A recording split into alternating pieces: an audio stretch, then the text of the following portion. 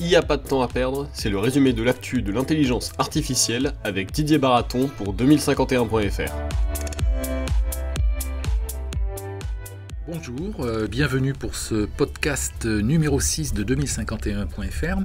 Alors dans cette synthèse de l'actualité hebdomadaire, de l'actualité de l'intelligence artificielle, qu'avons-nous retenu? D'abord une start-up comme on les aime sur 2051.fr, elle s'appelle Domocio. Ensuite on s'est intéressé à l'actualité des entreprises au travers de plusieurs rapports, un rapport du SIGGRAPH, des rapports de Deloitte, alors 3 rapports de Deloitte, un mondial, un hollandais et puis un canadien, c'est du lourd. Du lourd, on en a trouvé aussi du côté de Scientific Report. C'est une revue américaine de sciences, de recherche médicale qui nous explique comment on peut traduire les signaux venus du cerveau pour réintroduire de la parole. Alors il y a du plus léger aussi avec la Formule 1 et puis l'écurie McLaren qui nous explique comment elle voit l'intelligence artificielle en 2050. Attention, pas 2051, 2050. Et puis on finit par une bonne petite polémique entre George Soros, le financier américain, et Xi Jinping, le numéro 1 chinois.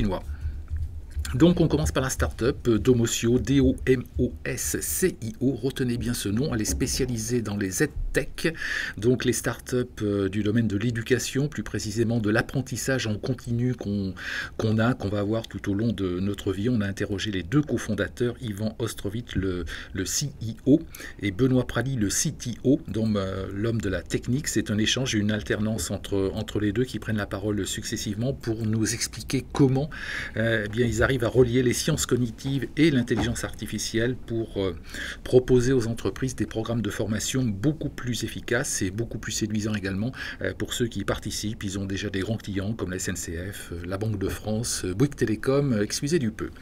Ensuite, on s'est intéressé aux entreprises. Quelles sont ces entreprises toujours aussi attentistes en matière d'intelligence artificielle? Oui et non. Alors, il y a d'abord un rapport du SIGGRAPH qui s'intéresse à l'environnement de travail, qui nous explique que ça commence, l'intelligence artificielle, dans cet environnement de travail avec des chatbots évidemment, des assistants personnels, des systèmes prédictifs et puis aussi des systèmes pour réduire les fraudes. Alors ça apparemment on aime beaucoup dans les entreprises.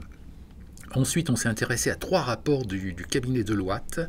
Le rapport du cabinet Deloitte qui nous dit, il y en a un qui est mondial, qui nous explique qu'il faut faire attention, il y a trop de battage publicitaire sur l'intelligence artificielle, il faut distinguer la réalité des grandes théories. Et justement, il y a un autre rapport de Deloitte, de leur filiale hollandaise, qui a identifié 16 applications en entreprise qui ont déjà débuté. Donc c'est très bien pour les DSI du monde entier, ceux du SIGGRAPH dont on parlait tout à l'heure. Et puis il y a une autre étude au Canada qui nous explique bien comment procéder en matière d'intelligence artificielle dans les entreprises pour que justement ça devienne des réalités. Donc ça décolle doucement mais sûrement l'intelligence artificielle dans les entreprises. Alors il y a toujours du lourd avec une étude de la revue Scientific Report, une revue américaine. Eux, ils ont regardé des systèmes informatiques qui permettent de traduire les signaux du cerveau en parole. C'est pas de la science-fiction, c'est une étude, ça reste une étude, ça reste de la recherche, c'est pas encore vraiment appliqué, mais ça pourrait l'être, ça pourrait concerner des handicapés, des grands accidentés, des gens qui ont perdu la parole, et ils pourraient la retrouver, cette parole, des formes approchant la parole tout à fait intelligibles. Donc c'est une recherche, hein, il faut pas s'exciter, il faut pas s'emballer, ça reste de la recherche, c'est pas encore de la réalité, mais en tout cas c'est extrêmement intéressant. Après, nous nous sommes intéressés à des sujets quand même un petit peu plus légers, heureusement.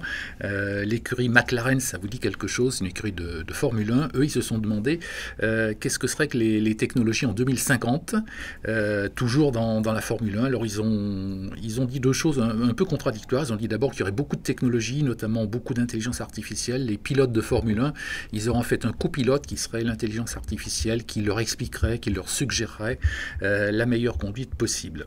En même temps, les gens de McLaren, ils se sont dit que sur les circuits de Formule 1, s'il y a trop de technologie, trop d'intelligence artificielle, trop de prédictifs, trop d'assistance au conducteur, la course, elle va perdre de son intérêt. Donc les spectateurs, les téléspectateurs, qui sont quand même le nerf de la guerre, qui font l'audience, donc qui font les rentrées publicitaires, ces gens-là vont quitter la Formule 1. Et donc les gens de McLaren concluent qu'il faudrait qu'il y ait des parties du circuit qui échappent à la technologie. Donc il faudrait suspendre la technologie et l'intelligence artificielle pendant un certain moment pendant les courses pour garder l'intérêt, pour garder des spectateurs et des téléspectateurs assidus.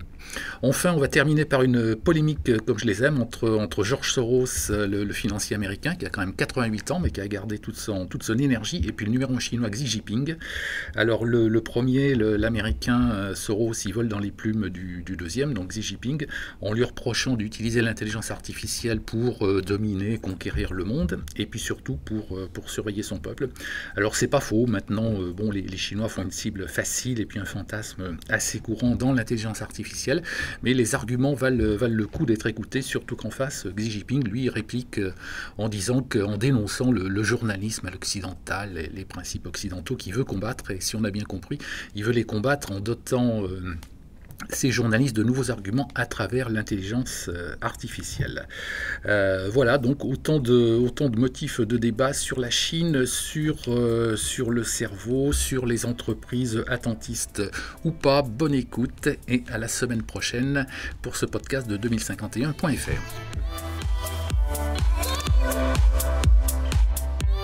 C'était Il n'y a pas de temps à perdre avec Didier Baraton pour 2051.fr.